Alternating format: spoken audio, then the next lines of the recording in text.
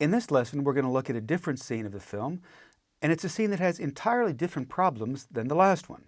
So before I say anything else, let's watch about 30 seconds of the scene, and I think you'll catch on to what the issues are.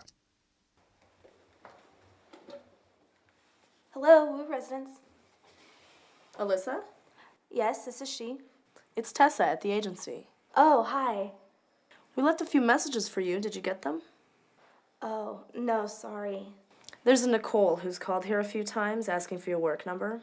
I told her our policy against giving out clients' numbers, but I told her I would call you personally to relay the message. Thanks. I'll call her. Okay, no problem. Now, in addition to all the normal problems that we face, which is balancing shots, dealing with a little bit of distortion and some lip smacks, things like that, we have a different problem here, which is perspective. We, the viewer, have sort of a godlike view on this. In other words, we can hear both sides of a telephone conversation. Now, in real life, if you're in the room with somebody who's talking, you of course hear them talk, but the most you can expect to hear from the other side is perhaps a little chirping. That's it. But you can't understand it. However, in a movie, if we're in a room with, say, Rock Hudson, we will of course hear everything he has to say. But oddly enough, we'll also hear what Doris Day is saying on the other end of the phone. And similarly, if we go to her room, we of course hear her quite clearly, but we'll also hear Rock as though he's going through a telephone. Now that's a reasonably complicated set of perspectives to keep track of. Now let's watch just the first couple of shots so we can establish what the issues are. Hello, Wu Residence. Alyssa? Yes, this is she. It's Tessa at the agency. Oh, hi. We left a few Now, up to here, there is absolutely nothing weird.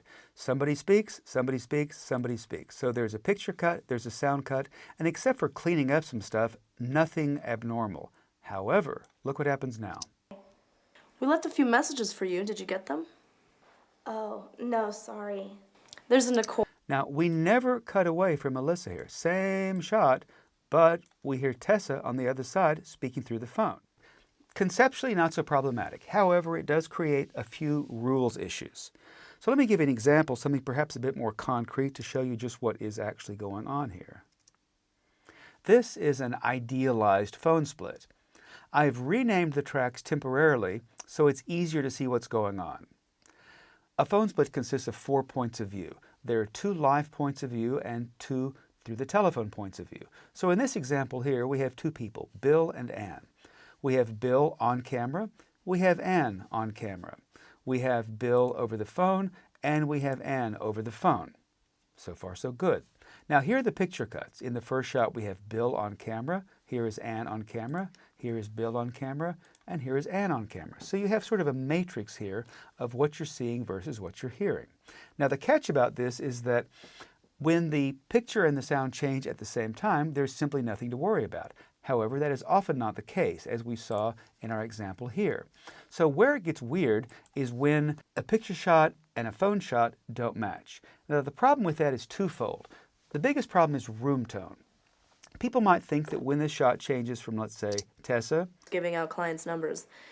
But I told her I to would. Alyssa, that you can just keep Tessa talking and maybe run her through some sort of phone filter if you want to give that effect. However, there's a problem with that. We are now in Tessa's universe. So we have Tessa's room tone while it's live. Here, we're in Alyssa's universe. And so we need Alyssa's room tone whenever we're seeing her. So in order to make sense of this, the first thing that we must do is to indicate where all the picture cuts are, because picture cuts mean everything in this particular case. Finding where the edits are is really not brain surgery, but I do want to show you 2 different ways to go about it just to see which one better suits your personality. The obvious one is to simply find the cut, which is not very hard. It's something like that. Okay, in general, that's where the cut is, and then just go forward and backwards in quarter frames, and there's the cut. So this is the cut to, we'll call it T for Tessa. Now we keep going to the next cut, Yeah. which can be somewhere around here. There we go. That is the first frame. We'll call this Alyssa, and let's do one more this way. And now we're back to Tessa.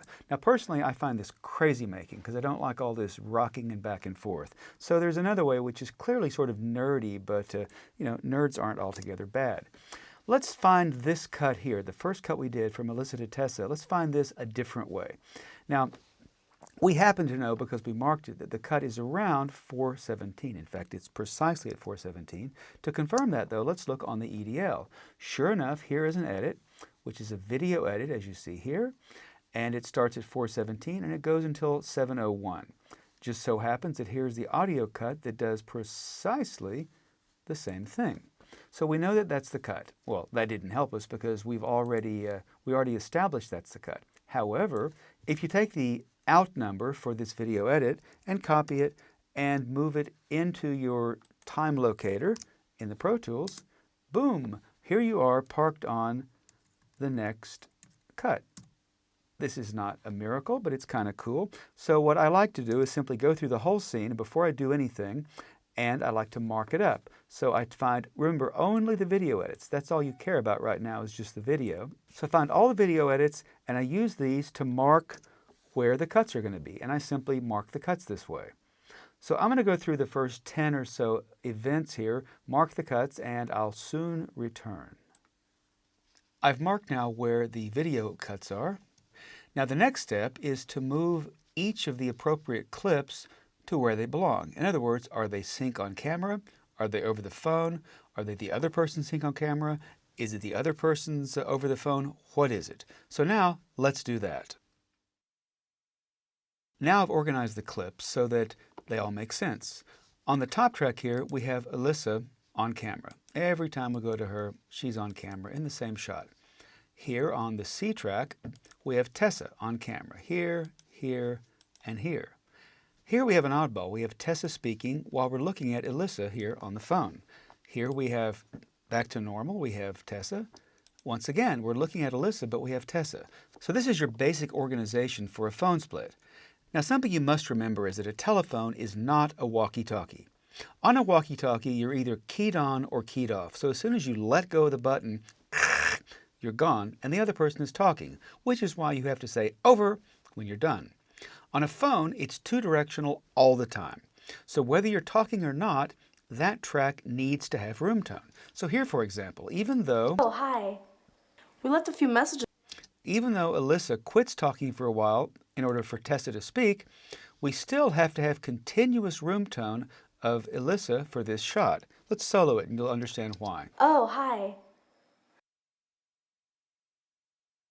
Oh, no, sorry. So suddenly, during this gap here where she's not talking, where there's no room tone, she's dying because there's no air, there's no air. She can't live there. So we need to tone this out. Similarly, for Tessa, when she is on the phone, see, she's talking sync here, she's talking on the phone here, we still need to tone this out because she is continuously available to Alyssa. So there has to be room tone here and room tone here. Similarly, here we have Tessa live, that's no big deal. Then, Giving out clients' numbers. But I told her I would call you. she continues to talk, but we're seeing Alyssa. Therefore, Alyssa needs room tone here. Let's see what happens at the end here. Same issue. We cut now from Alyssa to a live shot. Okay. This is perfectly normal here. So what I think we'll do is let's go look at this section here. I have added the room tone during areas where there was none. So that, for example, during this shot of Alyssa, we have solid room tone. At the same time, while Tessa is over the phone, we have solid room tone wherever she's not talking. So in other words, nobody drops out from their point of view. So let's watch this. Yes, this is she. It's Tessa at the agency. Oh, hi. We left a few messages for you. Did you get them? Oh, no, sorry. There's a Nicole who's called here a few times asking for your work number. I told her our policy against giving out clients' numbers. But I told her I would call you personally to relay. Okay, you see how it works. The only thing left is to test this. Now there is a question of who is going to do the filtering if in fact there's going to be a phone effect. Sometimes you get a very distinct phone effect so that it sounds almost realistic. Other times the director wants no effect at all, so it's like two people talking together, which is another reason why it's important to have all these splits because it makes it controllable. Whatever the case, no matter who is going to actually do the EQ, you need to test your setup to make sure that you didn't make a mistake. This is simple. That's a very, very short scene, and we got our matrix right. However, if you have a long, complicated scene, let's say 2 minutes, 3 minutes long, something like this, and you work and work and work and work, you're going to make a mistake. You absolutely positively are going to make a mistake because that's what people do. So I just put in any kind of a filter here, like a high pass, low pass. Let's put in a high pass. Let's put in a low pass. Let's be silly and crazy. Jigga, jigga, jigga. Let's be silly and crazy. The only purpose of this filter, and in this case I'm using a Q10 by Waves, is to screw it up. It's to make sure that what should be the phone tracks indeed are the phone tracks. This will tell you if you put something in the wrong place. Hello, Wu residence. Alyssa? Yes, this is she. It's Tessa at the agency. Oh, hi. We left a few messages for you. Did you get them? Oh, no, sorry. There's a Nicole who's called here a few times asking for your work number. I told her our policy against giving out clients' numbers, but I told her I would call you personally to relay. Okay, you get the drift. This sounds nothing like a phone filter, but it enables you to make sure that you put things in the right place. That's pretty well it for a phone split.